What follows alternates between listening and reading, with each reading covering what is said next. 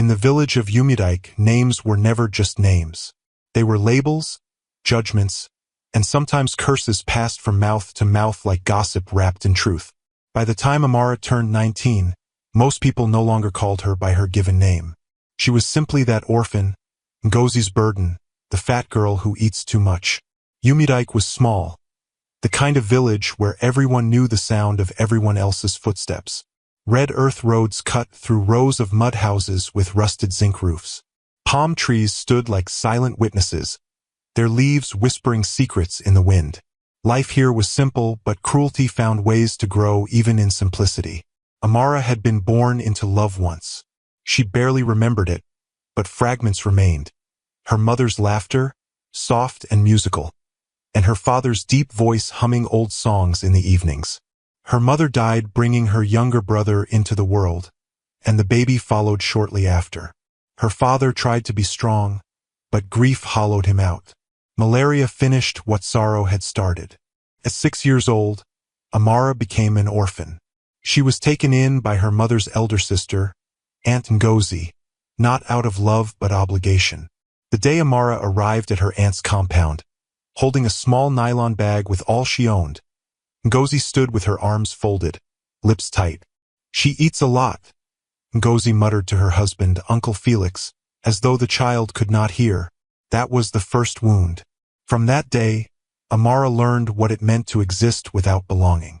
She did not sleep inside the main room like her cousins. Her bed was a thin raffia mat laid beside the kitchen hearth, where smoke clung to her clothes and stung her eyes even in sleep. She woke before the cock crowed, often to the sharp kick of Aunt Ngozi's foot. "Are you dead? Wake up!" At dawn, Amara fetched water from the stream, balanced heavy buckets on her head while her arms trembled. She swept the compound until her palms blistered. She cooked, washed, farmed, and served, always last, always watched. If food finished before she ate, it was her fault for being greedy. "Look at her body," Aunt Ngozi would say loudly whenever neighbors visited. "She eats like 5 people. And for what? No beauty, no sense." The women would laugh, some with pity, most with relief that the burden was not theirs. Amara grew fast, not tall but wide. Her body filled out early, soft and heavy, a result of inconsistent meals and hard labor. She tried to make herself smaller, but no matter how little she ate, the insults never stopped. Even when she went hungry, she was accused of overeating.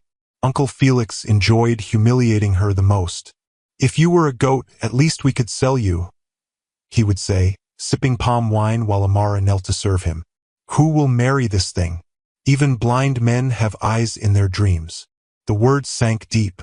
Amara stopped looking at her reflection in water. She stopped imagining a future. Dreams felt like dangerous things, they made disappointment sharper. School had once been her escape.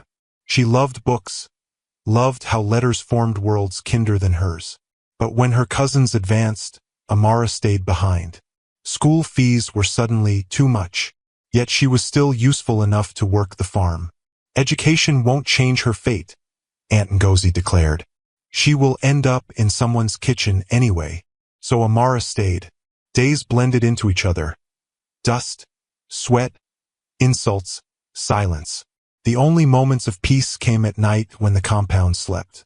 Amara would lie on her mat, staring at the ceiling blackened by smoke, whispering prayers she wasn't sure anyone heard. "God, please don't forget me."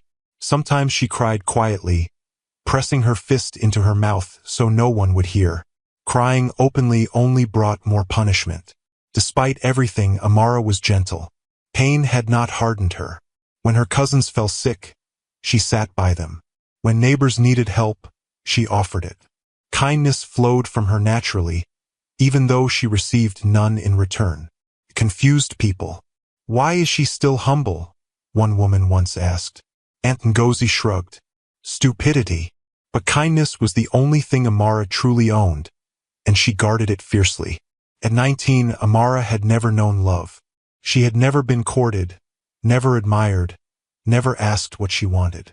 Men looked at her either with mockery or hunger, but never respect. The village had already decided her story. She will end up anywhere, they said. Just not anywhere good. On the morning everything began to tilt toward disaster. Amara woke earlier than usual. Her aunt was already shouting, "The cassava needs harvesting. Move!" Amara washed her face with cold water, tied her faded wrapper, and went to the farm. As she worked, sweat trickled down her back, her thoughts drifting as they often did. She wondered what life might have been like if her parents had lived, if someone had ever protected her, if she mattered. She did not know that fate had already marked her. When she returned home that evening, tired and aching, Aunt Ngozi watched her with strange intensity. There was calculation in her eyes, not anger. Amara felt it but didn't understand it. She only knew one thing as she lay down that night, exhaustion pressing her into the mat. Her life had never truly been hers, and soon it would be taken from her in a way she could never have imagined. The rain began in the late afternoon, slow at first, then furious, as though the sky itself had grown angry. Thick clouds swallowed the sun, plunging Umudike into a gray, restless dusk. Thunder rolled in the distance, low and warning, but no one paid it much attention. Rain was not new to the village. Pain, too, had become ordinary. Amara stood in the kitchen, stirring a thin pot of soup over the fire. Her arms ached from farm work, her feet throbbed, and her stomach growled softly. She had eaten nothing since morning. Still, she focused on the pot, careful not to spill anything. Any mistake today would earn her insults or worse. Aunt Ngozi entered, her wrapper tied tight, her face already hardened with irritation. "The water pots are empty," she snapped. "Go to the stream." Amara hesitated. She glanced toward the sky. Rain was falling harder now, drumming against the zinc roof. "Auntie, it's raining," she said quietly. "Maybe I can go when it slows." Ngozi's eyes flashed. "So rain will kill you? Or you think you are too important to obey instructions?" Amara swallowed. "No, Auntie." She reached for the empty buckets. Uncle Felix's laughter drifted in from the sitting area where he lounged with his friends, palm wine cup in hand. "Let her go," he said mockingly. "Water won't melt her fat." The men laughed. Amara lowered her head and stepped outside. The rain soaked her wrapper within seconds. Mud clung to her feet as she walked the narrow path leading to the stream. Trees bent under the weight of the downpour, their leaves thrashing violently. The world felt smaller, darker, more dangerous. A voice inside her whispered that she should turn back. She ignored it. The stream was swollen, water rushing faster than usual. Amara filled her buckets quickly, her hands shaking from cold and fear. Thunder cracked overhead, making her flinch. She balanced one bucket on her head and lifted the other with effort. That was when she heard footsteps behind her. At first, "Sorry," she murmured. The footsteps stopped. Then hands grabbed her from behind. Amara gasped, the bucket falling from her head and splashing violently into the mud. She struggled, slipping, her heart pounding so loudly she could barely hear her own screams over the rain. "Please," she cried. "Please let me go." The man's grip tightened. His breath was hot and sour near her ear. He dragged her toward the bushes, away from the path, away from the world.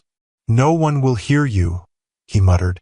Amara fought with everything in her, scratching, kicking, biting, but fear drained her strength. The rain swallowed her cries. The trees stood silent. When it was over, the world felt unreal. The man vanished into the rain without a word, leaving Amara curled in the mud, shaking violently. Her wrapper was torn. Her body felt foreign, broken. She tried to stand but collapsed again, nausea rising in her throat. The sky kept pouring as though nothing had happened. After a long time, she didn't know how long, Amara forced herself up. She gathered the buckets with trembling hands and stumbled home, each step heavier than the last. She did not cry anymore. It was as though something inside her had gone numb. When she reached the compound, Aunt Ngozi was waiting. "What took you so long?" she barked. "Are you sleeping on the road?" Amara dropped the buckets and sank to her knees. "Auntie," her voice cracked. "Something happened." Ngozi frowned. annoyed. "What nonsense is this?" Amara tried to speak, but the words tangled in her mouth. When she finally managed, they came out broken. "A man? At the stream?" Ngozi stared at her, then slowly looked her up and down. Her eyes narrowed, sharp with suspicion, not concern. "So you were roaming around with men?" "No," Amara cried. "I was attacked. I tried to." Ngozi slapped her. The sound echoed across the compound. "You shameless girl," she hissed. "Do you think I was born yesterday?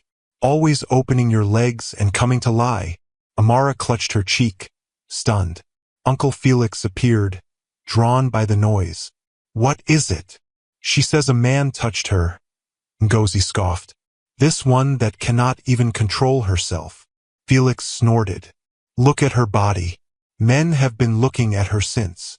Amara felt the ground tilt beneath her. "I'm telling the truth," she whispered desperately. "Please, I didn't want it." Ngozi leaned close, her voice low and dangerous. "Listen to me carefully. If you open your dirty mouth to anyone, I will send you away with nothing. You will beg on the streets." Amara nodded slowly, tears streaming down her face. That night, she did not sleep. Her body ached in ways she could not understand. Her mind replayed everything in fragments: hands, rain, fear. She scrubbed herself with water until her skin burned, but she still felt unclean. Days passed. Amara grew quiet, quieter than before. She avoided the stream. She flinched at sudden sounds. At night, she woke from nightmares, gasping for breath. No one noticed, or no one cared. Weeks later, her body began to change. First, she thought it was sickness. Her stomach churned in the mornings. Certain smells made her gag. She felt dizzy while working. Aunt Ngozi accused her of pretending. "You just don't want to work," she snapped. Then Amara missed her monthly flow. Fear settled deep in her chest. She counted days, then weeks. Panic wrapped around her like a rope. When her belly began to feel different, tighter, fuller, she knew she was pregnant. The realization shattered what little strength she had left. She cried alone in the kitchen that night, her tears falling silently into the ashes. God no. When she finally told Aunt Ngozi, the reaction was swift and merciless. Ngozi screamed so loudly neighbors gathered outside the compound. "You evil thing!" she shouted, pacing wildly. "You have brought disgrace into my house." Amara knelt, sobbing. "Please, Auntie, I didn't plan it." Ngozi raised her hand again, but this time stopped herself. Her anger shifted into something colder. "So this is how you repay us," she said slowly. "After feeding you." Uncle Felix's face darkened when he heard. "Who is responsible?" he demanded. Amara shook her head. "I don't know him." Felix laughed bitterly. "So you opened your legs for a ghost?" That night, Amara overheard them talking. "She is useless now," Ngozi said. "No man will marry her." "There is that madman near the old road," Felix replied. "His people might take her." Ngozi went quiet. Then she smiled. Amara pressed her back against the wall, her heart pounding with terror. She did not yet know what that decision would mean, but she felt her future closing in on her like darkness before dawn. And the village, once again, would not save her. The news did not come to Amara in one loud announcement. It crept toward her in whispers, in stolen glances, in the way her aunt suddenly watched her with narrowed eyes, as though calculating the weight of a sack of grain she intended to sell. After the day Aunt Ngozi discovered the pregnancy, Amara's life changed again, somehow becoming even smaller. She was no longer shouted at endlessly. Instead, silence followed her, a heavy, deliberate silence that pressed on her chest harder than insults ever had. Her aunt stopped calling her name. Uncle Felix no longer joked about her body. When Amara entered a room, conversations stopped. She had become a problem that required solving. Her pregnancy was no longer hidden. The slight swelling of her belly betrayed her no matter how tightly she tied her wrapper. Women in the village began to stare openly now, their eyes sharp with judgment. Some shook their heads in pity. Others smirked. She couldn't even wait to disgrace herself properly, one woman whispered as Amara passed. Amara kept walking, her eyes on the ground. At home, Aunt Ngozi stopped letting her eat with the rest of the household. Amara's meals were pushed to her late at night, cold, meager portions placed on the floor without a word. She was still made to work from dawn to dusk, despite the dizziness and constant nausea. You got pregnant by force? Ngozi snapped one morning as Amara struggled to lift a basin of cassava. Did pregnancy stop women before from working? Amara bit her lip and said nothing. At night, fear sat with her like a second shadow. She sensed something approaching, something dark and final. She did not know what form it would take, but she felt it in her bones. The confirmation came one evening when Aunt Ngozi called her into the sitting area. Amara wiped her hands on her wrapper and entered slowly. Uncle Felix sat on a wooden chair, his expression unreadable. A lantern flickered between them, casting long shadows on the wall. "Kneel," Ngozi said. Amara obeyed. "We have decided what to do with you," Ngozi began, her voice calm in a way that terrified Amara more than shouting ever had. Amara's heart thudded painfully.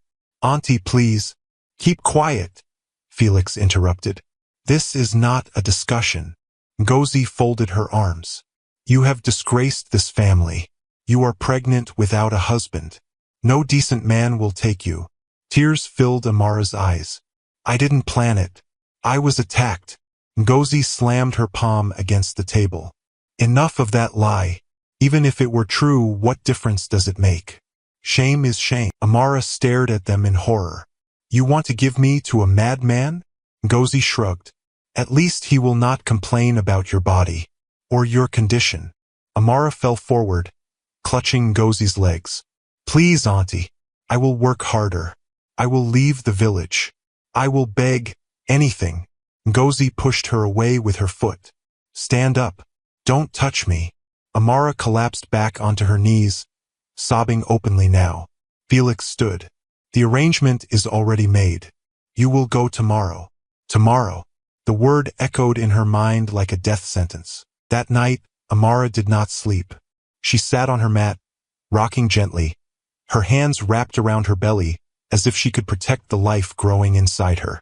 "God, I am scared," she prayed silently. "If you are still there, don't abandon me now." Morning came too quickly. Before sunrise, Aunt Ngozi thrust a small bundle of clothes into Amara's arms. "That is all you need," she said. "You came with nothing. You will leave with nothing." Amara looked around the compound, the place where she had suffered for over a decade. There was no farewell, no regret, no pity, only relief. 2 men from the Madman's family arrived shortly after. They were quiet, their expressions weary, as though shame had long since exhausted them. They did not look at Amara for too long. The walk to the old road felt endless. Villagers paused to watch. Some whispered openly, "So it's true. They are giving her to that one. At least it suits her." Amara's legs felt weak, but she kept moving. Stopping would only prolong the humiliation. When they reached the small, neglected hut by the roadside, Amara's breath caught in her throat. The structure leaned slightly, its walls cracked, weeds growing wildly around it. The door hung crooked on one hinge. This was where she would live.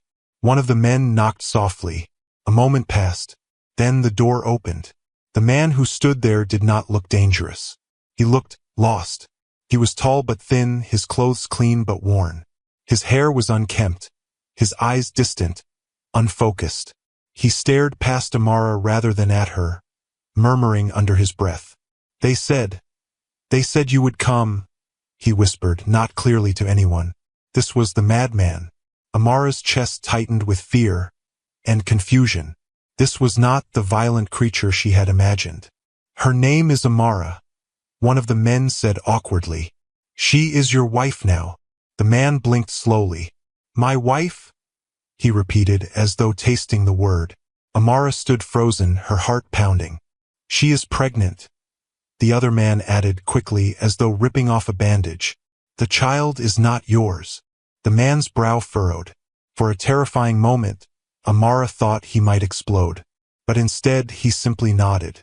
"Okay," he said softly. "Okay." That was all. The men left shortly after, barely able to meet Amara's eyes. When they were gone, silence settled over the hut. Amara stood at the doorway, unsure what to do. I can clean," she said finally, her voice shaking. The man looked at her properly for the first time. His gaze lingered on her face, then dropped respectfully. "You can sit," he said. "You look tired." No one had said that to her before. She sat slowly. Fear still coiled in her stomach, but something else stirred beneath it. Confusion. Curiosity. As night fell and the lantern flickered on, Amara realized something unexpected.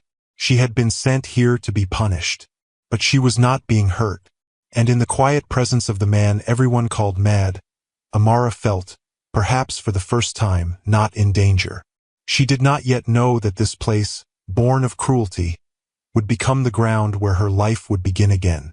The first night Amara spent in the roadside hut passed in silence, so complete it felt unreal. She sat on a low wooden stool near the wall, her small bundle of clothes at her feet, her hands resting protectively on her belly. The lantern on the floor flickered softly, casting trembling shadows that danced across the cracked mud walls. Outside, insects hummed, and the distant sound of night birds drifted through the open window. The man, her husband, though the word felt heavy and strange, sat on the opposite side of the room. He had not spoken since offering her a seat. He stared at the floor, occasionally rocking slightly, his fingers moving as if counting invisible things. Amara watched him from the corner of her eye. This was the madman they feared. Yet he had not shouted, had not touched her, had not even looked at her with the hunger or contempt she had grown used to. Her body remained tense, ready to flee at the slightest sign of danger. Years of abuse had taught her that calm was often a trick, a pause before pain. When the silence stretched too long, Amara cleared her throat softly. "Sir, should I cook?" she asked. The man startled, as though he had forgotten she was there. He lifted his head slowly and looked around, then met her eyes. "You don't have to call me that," he said. His voice was quiet, uneven, but not harsh. "My name is Daniel." She nodded quickly. "Okay, Daniel." The name sounded ordinary. Too ordinary for someone the village had painted as a monster. "There is food outside," he added, pointing toward a small pot near the hearth. "I made yam earlier. You can eat first." Amara's stomach twisted, not with hunger, but confusion. "Me?" she asked. Daniel frowned slightly.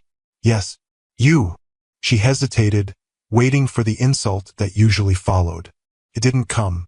Slowly, cautiously, she stood and moved toward the pot. The food was simple, boiled yam, slightly overcooked, but it was warm. She ate in small bites, expecting at any moment to be told she was eating too much. Nothing happened.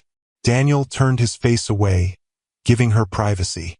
When she finished, she whispered, "Thank you." He nodded once, as though unsure what to do with the gratitude. That night, Daniel lay on a mat near the door. Amara slept closer to the hearth. There was space between them, physical and emotional, and Amara clung to it like a shield. Still, sleep did not come easily. Every sound made her flinch. Every shift of Daniel's body tightened her muscles. She woke repeatedly, heart racing, only to find him still lying quietly, staring at the ceiling or murmuring words she could not understand. By morning, she was exhausted, but something felt different. She realized it just as the sun rose through the window. No one had screamed at her. The realization hit her harder than any slap ever had. Morning routines formed slowly, awkwardly. Amara woke early out of habit, swept the hut, fetched water from a closer well Daniel showed her, one she had never been allowed to use before.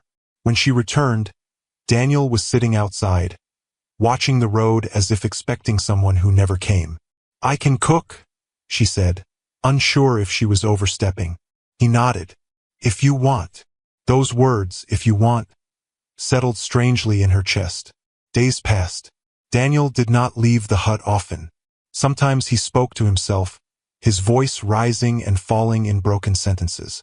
Other times he was perfectly lucid, asking Amara how she slept, whether her body hurt, if the baby moved. He never touched her without permission. In fact, he kept his distance, as though afraid of frightening her. One afternoon, Amara's legs gave way while she was washing clothes. Pain tore through her lower back, sharp and sudden. She cried out before she could stop herself. Daniel was at her side instantly. "What's wrong?" he asked, panic flashing across his face. "My back. It hurts," she gasped. Without hesitation, he supported her, guiding her gently to sit on a stool. He fetched water, dabbed her face with a cloth, and knelt in front of her, his hands hovering uncertainly. "Can I touch you?" he asked. Amara froze. Then slowly she nodded. His hands were warm, careful as he rubbed her lower back, murmuring softly. The pain eased, not completely, but enough for her to breathe again. "Thank you," she whispered, tears slipping down her cheeks. He looked startled. "I didn't do much." "You did," she said firmly. That night, something shifted inside Amara. She realized she was not surviving here. She was being cared for. As her pregnancy progressed, Daniel became more attentive.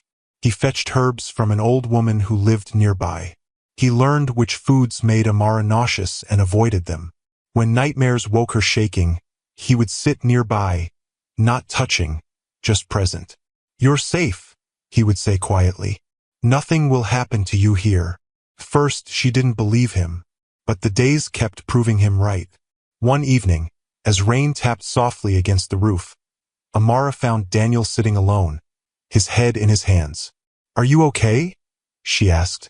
He looked up, eyes clouded. "Sometimes, my head feels noisy," he admitted, "like too many thoughts shouting." Amara hesitated, then did something she had never done before. She sat beside him. "It's okay," she said softly. "You don't have to fight them alone." He stared at her, something like wonder flickering across his face. "You're not afraid of me?" he asked. She thought of the cruelty she had survived, of the people who had truly hurt her. "No," she said honestly. "I think you're kind." Daniel swallowed hard and turned away. That night he cried, quietly, silently, as though ashamed of the sound. Amara did not say anything. She simply stayed beside him, her presence steady. From that moment, Daniel began to change. The murmurs reduced. His eyes grew clearer. His sentences stretched longer, more complete. He started asking about Amara's past, about her parents, about what she liked. "No one has ever asked me that," she admitted once. He frowned. "That's not right." As weeks turned into months, the hut no longer felt like a prison. It became a refuge. Amara laughed for the first time in years when Daniel tried to cook and burn the yam completely. "You're smiling," he said, surprised. She touched her face, startled by the truth of it. "Yes, I am." The villagers noticed the change from afar. Whispers followed them when Amara went to the market with Daniel. "The madman looks normal now. That woman is strange." But Amara no longer shrank under their stares. For the first time in her life, she felt human. She did not know it yet, but love, real love, had begun its quiet work, healing wounds medicine never could. And in that small hut by the roadside, two broken people were slowly learning how to be whole. Change did not announce itself loudly in the hut by the old road. It arrived softly, the way dawn crept into Umudike, slow, almost shy, but impossible to stop once it began. Amara noticed it first in the mornings. Daniel used to wake confused, his eyes darting around the room as if searching for something he had lost in the night. Some mornings he spoke nonsense words, fragments of thoughts tangled together. Other mornings he barely spoke at all. But gradually those mornings became fewer. Now, when Amara stirred the fire at dawn, Daniel would sit up on his mat and greet her. "Good morning, Amara," he would say, his voice still rough with sleep but clear. Each time he said her name, something warm spread through her chest. She had spent most of her life being called insults instead of her name. Hearing it spoken gently felt like reclaiming a stolen piece of herself. Amara's pregnancy advanced, bringing with it new aches and unexpected fears. Her back hurt more often. Her feet swelled by evening. Sometimes sharp pains struck without warning, stealing her breath and leaving her clutching her belly in panic. Each time Daniel was there. When she woke at night sweating from nightmares, he would sit beside her mat, not touching unless she asked. "You're safe," he reminded her. "You're not alone." At first, Amara believed he said it for her sake. Later, she realized he needed to believe it too. One afternoon, the pain came harder than usual. Amara was washing plates when a sudden cramp seized her abdomen. She cried out, the bowl slipping from her hands and shattering on the ground. Her knees buckled, and she sank onto the floor, clutching her belly in terror. Daniel rushed in, his face pale. "What is it? What's wrong?" he asked, his voice shaking. "My stomach. It hurts," she gasped. "The baby." Fear seized him. His hands trembled as he knelt in front of her. "Look at me," he said urgently. "Breathe with me." Slowly, she followed his lead, matching her breath to his. Slowly, the pain eased, leaving behind exhaustion and tears. Daniel exhaled deeply, relief flooding his face.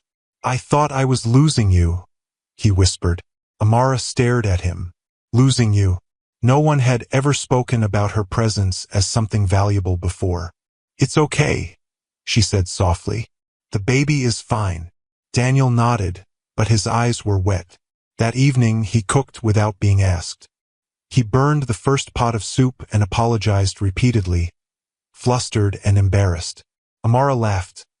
A real laugh, full and warm. "It's okay," she said, touching his arm gently. "I'll help."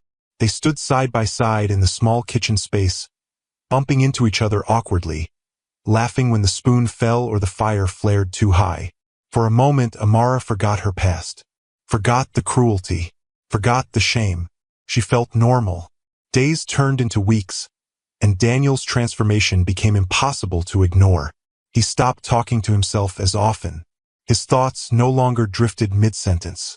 He remembered things, small things at first, then larger ones. He remembered songs his mother used to sing. He remembered the smell of rain on hot roads. Sometimes he would stop suddenly, holding his head, overwhelmed by flashes of memory. Amara was always there. She listened without judgment. She never told him to be strong or stop thinking. She simply listened, her presence steady and reassuring. "You don't have to rush," she told him once when he grew frustrated with himself. "Healing takes time." He looked at her, stunned. "People usually get angry with me when I don't heal fast enough," he admitted quietly. "Well," she said gently, "I'm not people." Something shifted between them then, something deeper than gratitude. One evening, rain poured steadily outside, trapping them indoors. The air was cool, and the lantern cast a soft glow around the room. Daniel sat across from Amara, watching her as she mended a tear in her wrapper. "You're very patient," he said suddenly. Amara shrugged. "I had to be." "Why?" he asked. She hesitated. Talking about her past still felt like reopening old wounds. But Daniel's gaze was kind, not demanding. So she told him. She told him about her parents, about her aunt and uncle, about sleeping beside the kitchen fire. She told him about the insults, the hunger, the loneliness. Her voice shook when she spoke of the night at the stream, but Daniel listened without interrupting, his fists clenched tightly in his lap. When she finished, silence filled the room. "I'm sorry," he said finally, his voice hoarse. "I wish I could erase it." "You didn't do it," she replied. "I know," he said, "but I wish someone had protected you." Amara's eyes burned with tears. "No one ever did," she whispered. Daniel moved without thinking. He reached for her hand, then froze. "May I?" he asked softly. Amara nodded. His hand enveloped hers, warm and steady. "I can't change what happened," he said, "but I promise you something. As long as you're here, no one will hurt you again. Not ever." Amara believed him. That night, she dreamed of light instead of darkness. As Daniel grew stronger, villagers began to notice. When he accompanied Amara to the market, people stared openly. Some whispered behind their hands. Others pretended not to see. "That madman is talking properly now," someone muttered. "It's that woman," another said. "She did something to him." Amara heard the whispers but no longer let them shrink her. She walked with her head high, Daniel's quiet presence beside her like a shield. One day an old woman stopped them. "You have calmed him," she said to Amara bluntly. "Whatever you are doing, don't stop." Daniel looked confused. "Was I really that bad?" Amara squeezed his hand. "You were hurting," she said. "That's all." That night, Daniel sat alone for a long time, staring at the road. When Amara joined him, he spoke quietly. "Before everything broke," he said, "I think I used to be someone important."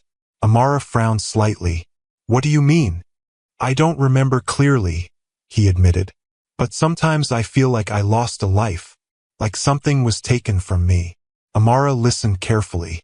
"Maybe," she said, "it will come back when you're ready." He nodded. Love settled between them not as fire, but as warmth. Steady, reliable, healing. Amara realized one evening, as she watched Daniel laugh freely for the first time, that she had stopped feeling ashamed of herself. Her body, her past, her pregnancy. She was loved. Not despite her scars, but alongside them. And Daniel, once called mad, was becoming whole. Neither of them knew that the world beyond the village was already stirring, that the past Daniel had forgotten was preparing to find him. But for now, in the small hut by the road, love had done what cruelty never could. It had brought two broken souls back to life. The first sign that their fragile peace was about to shatter came on a morning that looked completely ordinary. The sun rose gently over the old road, spilling light across the hut and warming the damp earth from the night's rain. Amara stood outside, pounding dried pepper in a small mortar, her movements slow and careful now that her belly had grown round and heavy. Daniel sat nearby on a wooden stool, repairing a broken basket with surprising patience. They had settled into this rhythm so naturally that Amara barely remembered what life had been before it. Before silence meant fear, before every raised voice sent her heart racing. Daniel hummed softly as he worked. It was an old tune, one he didn't fully remember learning, but it came to him easily, like something buried deep in his bones. Amara smiled faintly. "You always hum that song," she said. Daniel paused, confused. "I do." "Yes," she replied, "especially when you're calm." He thought about it, then shook his head. "I don't know where it comes from." "Maybe it's from before," Amara said gently. Daniel's hands stilled. That word, before, had become both a promise and a threat. There were days when fragments of memory surfaced like broken glass. A large house, echoing hallways, voices speaking quickly in accents he could almost recognize. Other days, his mind felt blissfully blank. Before he could respond, a distant sound cut through the morning air. An engine. Amara frowned. Cars rarely passed the old road, and when they did, they were battered vehicles coughing smoke. The sound was different, smooth, powerful.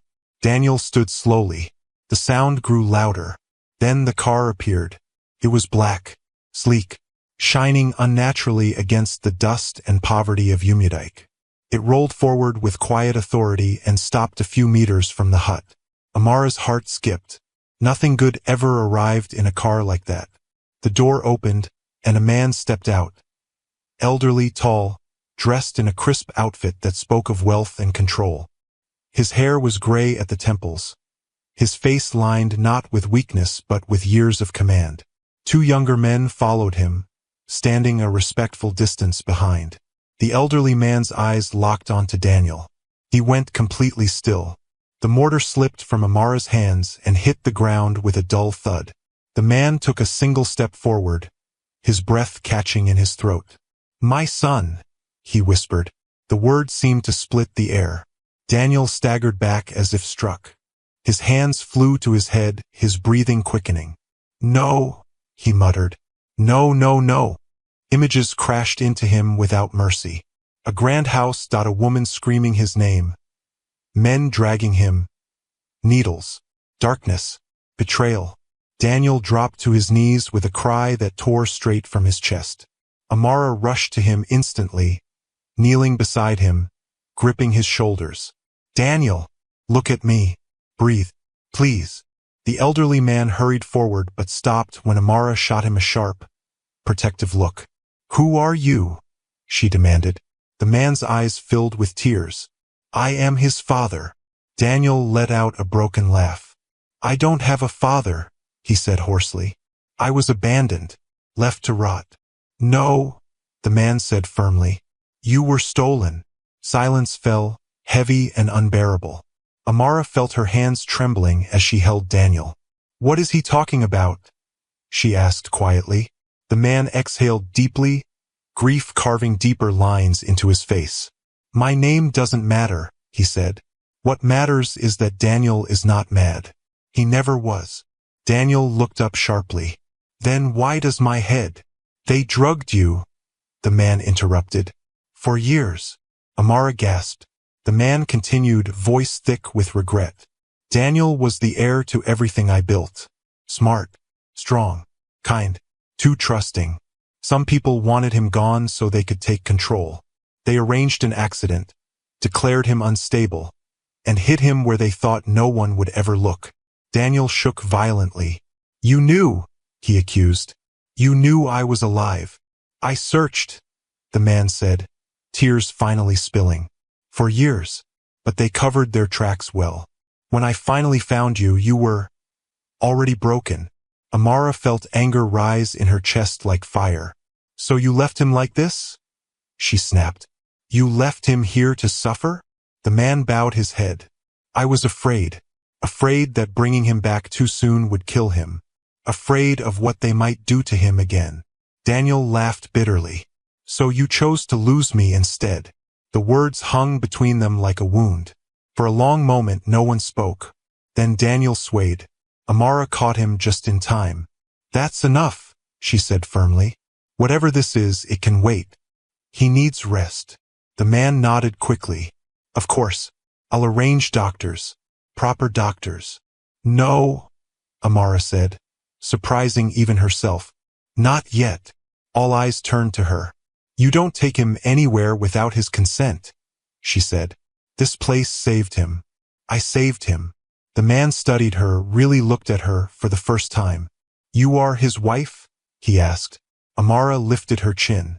"Yes. And the child?" "Mine," she said calmly. "And his." Something shifted in the man's expression. Respect, perhaps, mixed with awe. "You brought my son back from madness," he said quietly. "How?" Amara looked at Daniel, her heart aching.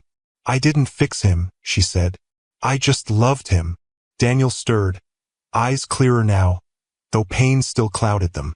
"You stayed," he murmured, "when everyone else ran." Amara smiled through tears. "So did you." That afternoon, the truth spilled slowly.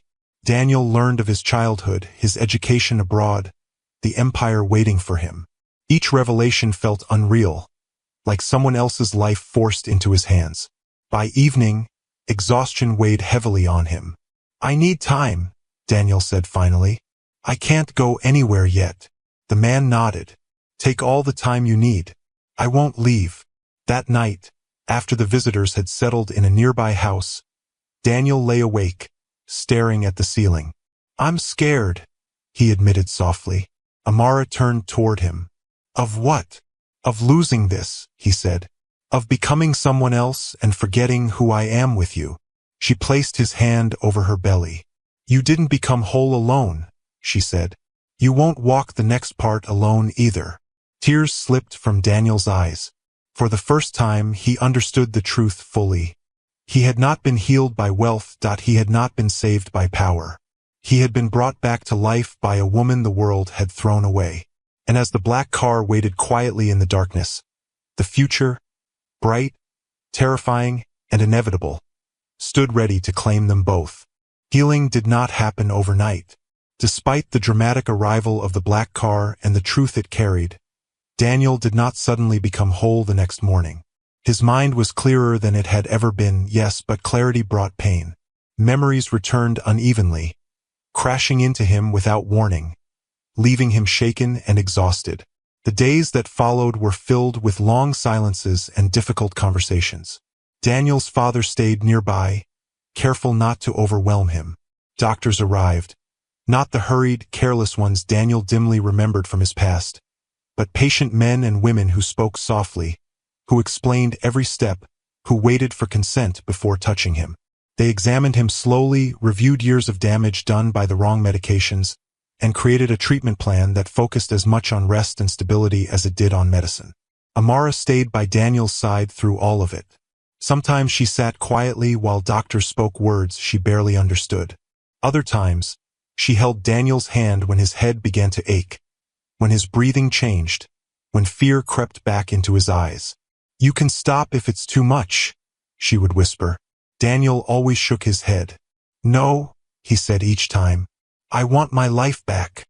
But wanting something did not make the process easy. There were days Daniel woke angry. Angry at the past, angry at his father, angry at himself for being broken so easily. On those days he paced outside the hut, fists clenched, muttering under his breath. Amara learned not to interrupt his anger. She would bring him water. She would sit nearby. She would remind him to eat. And slowly, the storms passed quicker each time. One evening, after a particularly difficult session with the doctors, Daniel sat on the step outside the hut, staring at the road as the sun dipped low. "I remember more now," he said quietly. Amara joined him, lowering herself carefully beside him. "Is that good or bad?" He thought for a moment. "Both." He told her about the house he grew up in, large, echoing, filled with staff and rules. He spoke of expectations placed on him from a young age, of being trained to inherit power before he fully understood what power meant. He spoke of betrayal, friends who smiled while plotting, relatives who saw him as an obstacle. "They took everything," he said, his voice tight. "My mind, my name, my future." Amara listened without trying to fix it. "They couldn't take your heart," she said finally. Daniel turned to her, surprised. "You still cared," she continued, "even when you didn't remember who you were. That means they didn't win." Something in Daniel's chest loosened. That night, for the first time, he slept without murmuring. As the weeks passed, Daniel's transformation became undeniable. He spoke with clarity. He remembered dates, faces, places. His posture changed. He stood straighter, moved with intention. The fog that once dulled his expressions lifted, revealing sharp intelligence and quiet authority beneath. The villagers noticed. They whispered openly now. "That man is not mad. He speaks like an educated person." The woman healed him. Some began greeting them respectfully. Others avoided them entirely, unsettled by the change. Daniel noticed too. One afternoon, as they returned from the market, he stopped suddenly and looked around. "They look at us differently," he said. Amara nodded. "They always will." Daniel frowned. "I don't like it." "You don't have to," she replied. "Just don't let it change you." He smiled faintly. "I don't think I can change that much anymore." Then came the decision that frightened Amara the most. "I need to go to the city," Daniel said one morning, his voice steady. "Just for a while." Her heart clenched. She had known this moment would come, but knowing did not make it easier. "With them?" she asked softly, nodding toward where his father waited. "Yes." She looked down at her belly, now heavy and round. Fear pressed against her ribs. "And me?" she asked. Daniel knelt in front of her immediately, taking her hands. "You come with me," he said without hesitation. "Or I don't go at all." Tears sprang to Amara's eyes. "Your world is not like this," she whispered. "I don't belong there." Daniel shook his head firmly. "You are my world. Anywhere I stand, you belong." When they arrived in the city, Amara felt like she had stepped into another life. The house Daniel had once lived in was enormous. Too clean, too quiet, too full of people who bowed and spoke carefully. She felt painfully out of place in her simple clothes, her swollen feet, her village accent. Daniel noticed immediately. He stayed close, introduced her proudly. "This is my wife," he said each time. "Amara." Some eyes widened, some mouths tightened, some hid their shock poorly. Daniel did not care.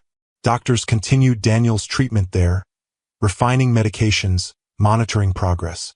Each day he grew stronger, more confident, more certain of who he was becoming.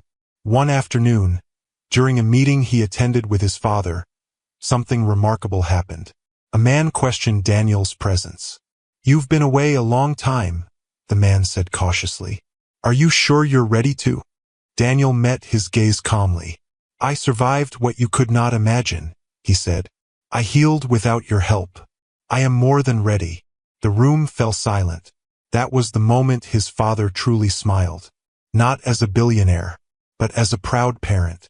Amara gave birth shortly after. The labor was long and painful, but Daniel never left her side. He held her hand through every contraction, whispered encouragement, wiped her tears. When the baby finally cried, a strong, healthy sound, Amara sobbed with relief. Daniel held their child with trembling hands, all written across his face. "My family," he whispered. In that moment, Daniel understood something clearly for the first time. Power meant nothing without love. Success meant nothing without loyalty. And healing meant nothing if it cost him the woman who saved him. Days later, he stood before his father and the board of the company. "I will take my place," he said. "But my wife stands beside me. Always." There was no room for argument in his voice. And just like that, the madman who had been cast aside became the heir the world could not ignore. Not because of wealth, but because he chose love first. The city did not welcome Amara gently. It watched her, measured her, judged her. From the moment she stepped into the vast glass building that housed Daniel's father's company, Amara felt every eye slide over her body, lingering too long on her rounded hips, her soft belly that still bore the marks of childbirth, her simple dress that could not hide her village roots. She had lived with judgment her entire life, but this kind was different. It was quieter, polite, sharper. She held her head high anyway. Daniel walked beside her, his hand firm around hers. He no longer moved like a man afraid of himself. His shoulders were straight, his gaze steady, his presence commanding. The scars were still there, but they no longer owned him. As they entered the boardroom, conversation stopped. Men and women in expensive suits turned in their chairs. Some recognized Daniel instantly. Others needed a second look, surprised by how whole he seemed. This was not the broken man they remembered. Daniel took his seat without waiting to be invited. "My father asked me to be here," he said calmly. "So here I am." His father sat at the head of the table, watching carefully. This was not a test of intelligence. It was a test of strength. A man near the far end cleared his throat. "Daniel, we're all glad you're, well, but the company has moved forward in your absence." Daniel nodded. "So have I." The man hesitated. "You've been away for years. With all due respect, this is a multi-billion enterprise. It's not something one simply recovers." Daniel finished quietly. The room went still. "I didn't simply recover," Daniel continued. "I survived deliberate destruction. I was removed because I stood in the way of greed. And while I was gone, some of you benefited." Murmurs rippled through the room. Amara felt Daniel's grip tighten slightly, not from fear, but resolve. "I'm not here to beg for a seat," Daniel said. "I'm here to reclaim what was stolen." The man leaned back. "And what exactly qualifies you to do that?" Daniel turned to Amara. Every eye followed his movement. "This woman," he said, his voice steady, "found me when I had nothing. No power, no name, no sanity. She stood by me when there was no reward to be gained." Some people shifted uncomfortably. "She didn't know who I was," he continued. "She didn't care. She healed me without medicine. She reminded me who I was when I had forgotten myself." Daniel turned back to the table. "If I can survive that," he said, "I can run this company." Silence followed. Then Daniel's father spoke. My son will assume executive authority effective immediately. A chair scraped loudly as someone stood. That's outrageous, a man barked. This is emotional decision-making, not business. Daniel met his gaze coolly. You falsified documents during my absence. I have copies. The man froze. Another tried to speak. You rerouted funds through a shell account, Daniel said calmly. I have those records too. One by one, names were called. Secrets exposed. Faces drained of color. By the end of the meeting, 3 board members were escorted out. Amara sat silently through it all, her heart pounding. Not from fear, but awe. She was watching justice happen. Later that day, Daniel stood in his new office, floor-to-ceiling windows overlooking the city. Amara stood near the doorway, unsure if she belonged in such a place. Daniel noticed immediately. Come here, he said softly. She walked to him. He took her hands. You don't look comfortable. She smiled faintly. This world is loud. He chuckled. It used to be louder inside my head. She laughed quietly, then grew serious. They don't respect me. Daniel's expression hardened. Not with anger, but certainty. They will, he said. Because I do. Word spread quickly. The story of Daniel's return became legend. Media outlets buzzed. Investors leaned in. Enemies panicked. And alongside every headline about Daniel's rise was a quieter curiosity. Who is the woman beside him? Amara felt it everywhere. At charity events, meetings, gatherings she never imagined she would attend. People smiled politely, but their eyes always asked the same question. How did someone like you end up here? At first, Amara shrank under it. She chose seats in corners. She spoke softly. She let Daniel handle everything. But one afternoon, something changed. They were attending a foundation meeting when a woman approached Amara directly. You must be very lucky, the woman said, her smile tight. Marrying into wealth like this. Amara studied her calmly. I didn't marry wealth, she replied. I married a man everyone else threw away. The woman blinked, startled. Amara continued, her voice steady. If luck exists, it was in choosing each other when nothing else existed. The woman said nothing more. Daniel watched from across the room, pride swelling in his chest. That evening, Daniel and Amara stood on the balcony of their home, the city glowing below. Do you regret it? Amara asked quietly. This life. Daniel turned to her. Do you? She thought of her aunt's kitchen. The insults. The loneliness. No, she said. But sometimes I fear forgetting where I came from. Daniel smiled gently. Then we'll remember together. Amara placed her hand over his chest. Promise me something. Anything. When we return to the village, she said slowly. We don't go back for revenge. Daniel considered this. What do we go back for? Truth, she said. Let them see what kindness created. Daniel nodded. Then we go in daylight. That night, as Amara lay beside her sleeping child, she finally understood something powerful. She had not escaped poverty by chance. She had not risen because of beauty or luck. She had risen because she chose love when the world taught her cruelty. And now, standing beside the man who once had nothing, she was no longer an orphan. She was a wife, a mother, a force the world had underestimated. And the village that once buried her in shame would soon witness the cost of that mistake. The road to Umudike had not changed. Red earth still stretched endlessly beneath the sun, scarred by potholes and years of neglect. Palm trees still leaned lazily to one side, their shadows cutting jagged shapes into the dust. Children still chased old bicycle tires barefoot, laughter ringing through the heat. What had changed was the car. It moved like something unreal, sleek, black, polished to a mirror shine. Its engine purred softly, swallowing the sound of the road beneath it. As it approached the village, heads began to turn.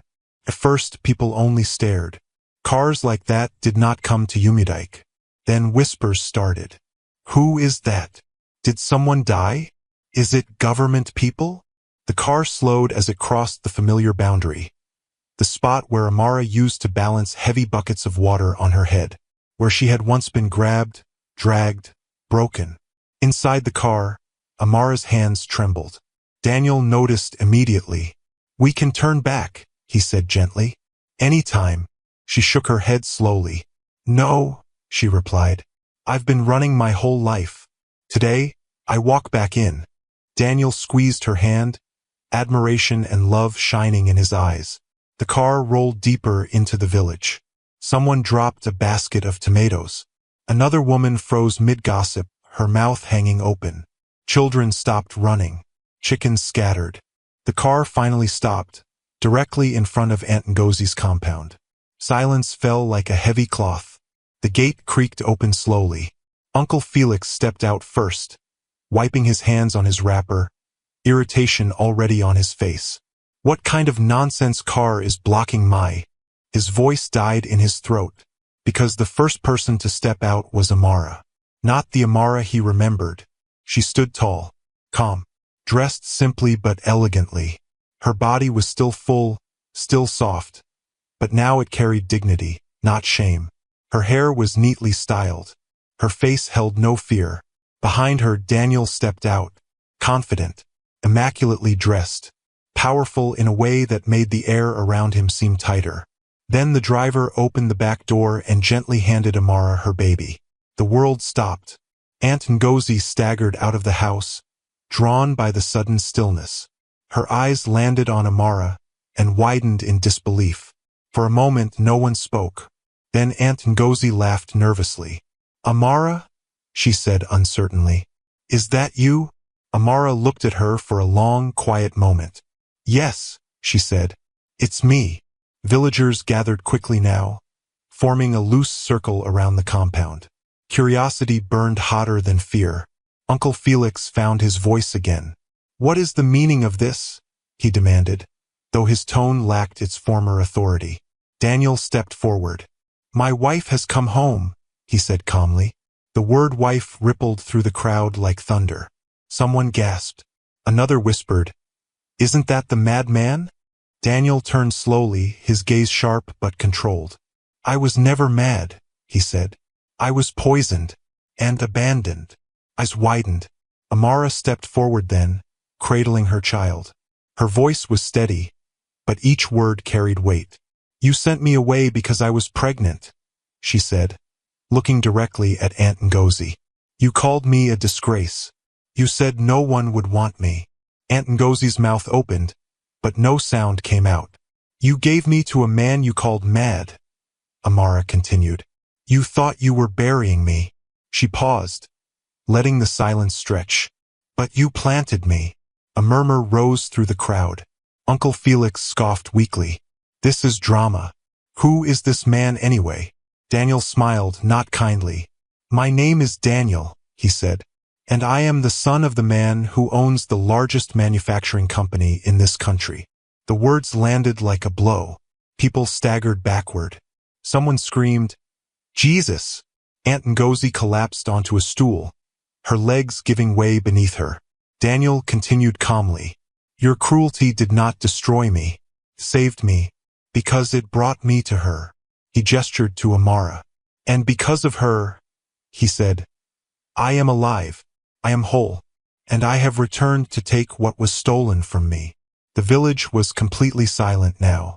Amara stepped closer to her aunt. "I came back for one reason," she said. "Not revenge." Aunt Ngozi looked up, trembling. "Amara, my daughter." Amara's eyes softened, but her voice did not. "I was never your daughter," she said. "I was your servant." Tears streamed down Aunt Ngozi's face. "We made mistakes." "Yes," Amara agreed. "You did." She reached into her bag and pulled out an envelope, handing it to Uncle Felix. "This money is for the years I worked without pay," she said. "For the hunger, for the pain, for the child you tried to erase." Uncle Felix stared at the envelope, hands shaking. "I forgive you," Amara said quietly. "But forgiveness does not mean access." She turned to the crowd. "I want every girl here to hear me," she said. "Your worth is not decided by who mistreats you. Your body is not a punishment. Your kindness is not weakness. Women wept openly. Some bowed their heads in shame. Amara lifted her child slightly. This is my family, she said. And this village will never touch us again. Daniel opened the car door. As Amara stepped back inside, she paused one last time and looked around. The same road. The same houses. But she was no longer the same girl. The engine started. As the car pulled away, the village remained frozen, staring at the dust settling behind it, finally understanding the truth too late. The fat orphan they discarded had returned as a woman they could never ignore.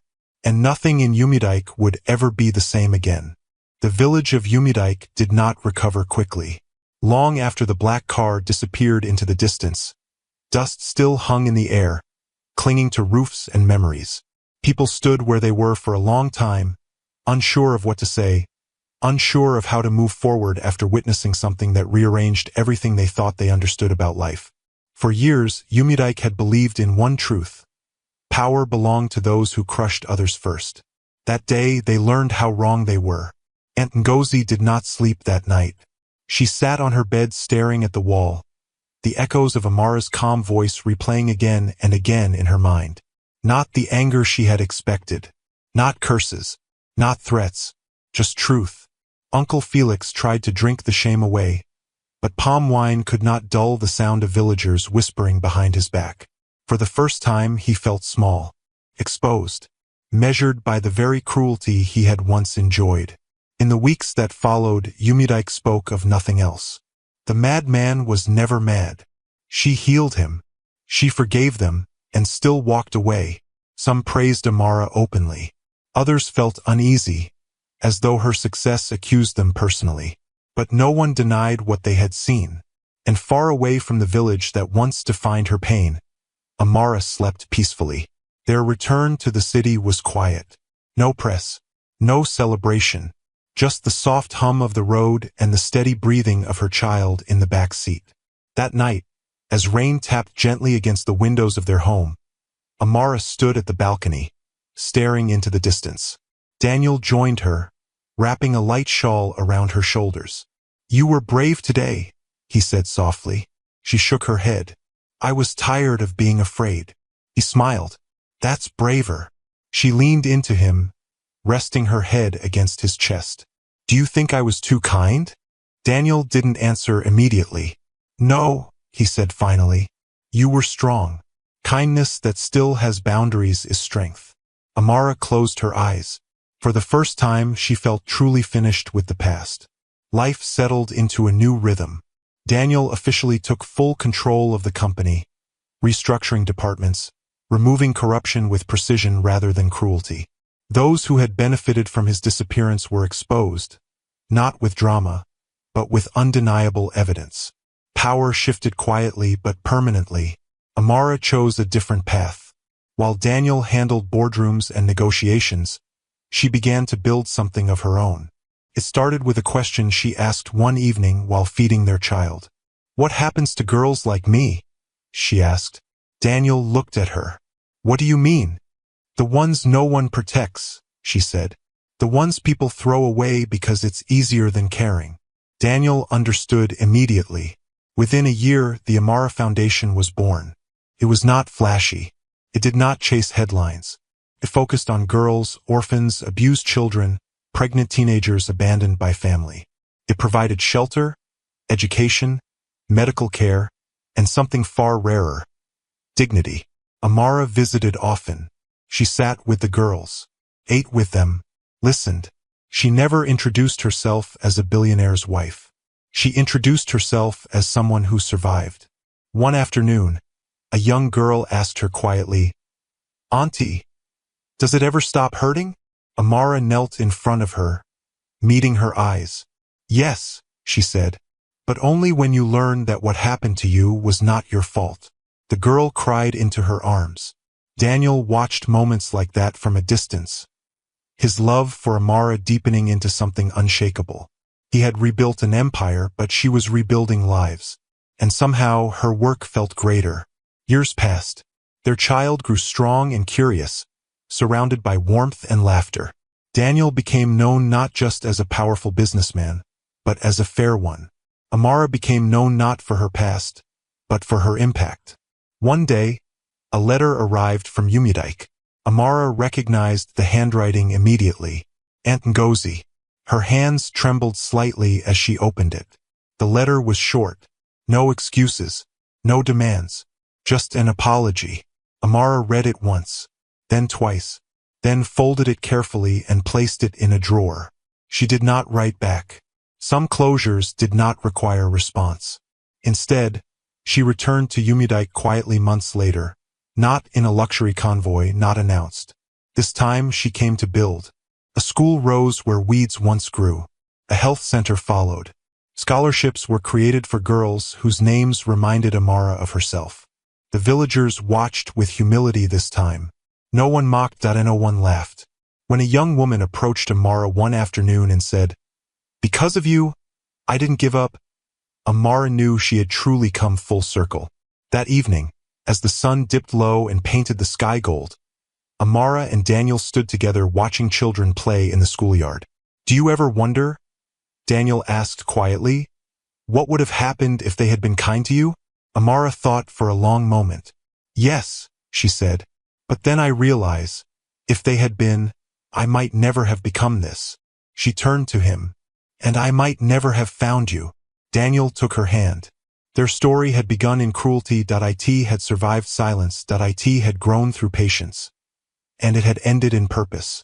Amara was no longer the fat orphan. No longer the discarded girl. No longer the woman defined by what was done to her. She was a wife. A mother. A builder of futures. And the world that once tried to erase her now bore her fingerprints everywhere it looked. This was not a fairy tale. It was better. It was real. And it proved one final truth. Sometimes, the ones the world breaks become the ones who teach it how to heal. Thanks for watching. If you enjoyed this story, please subscribe to this channel and tell us where you are watching from. Have a wonderful day.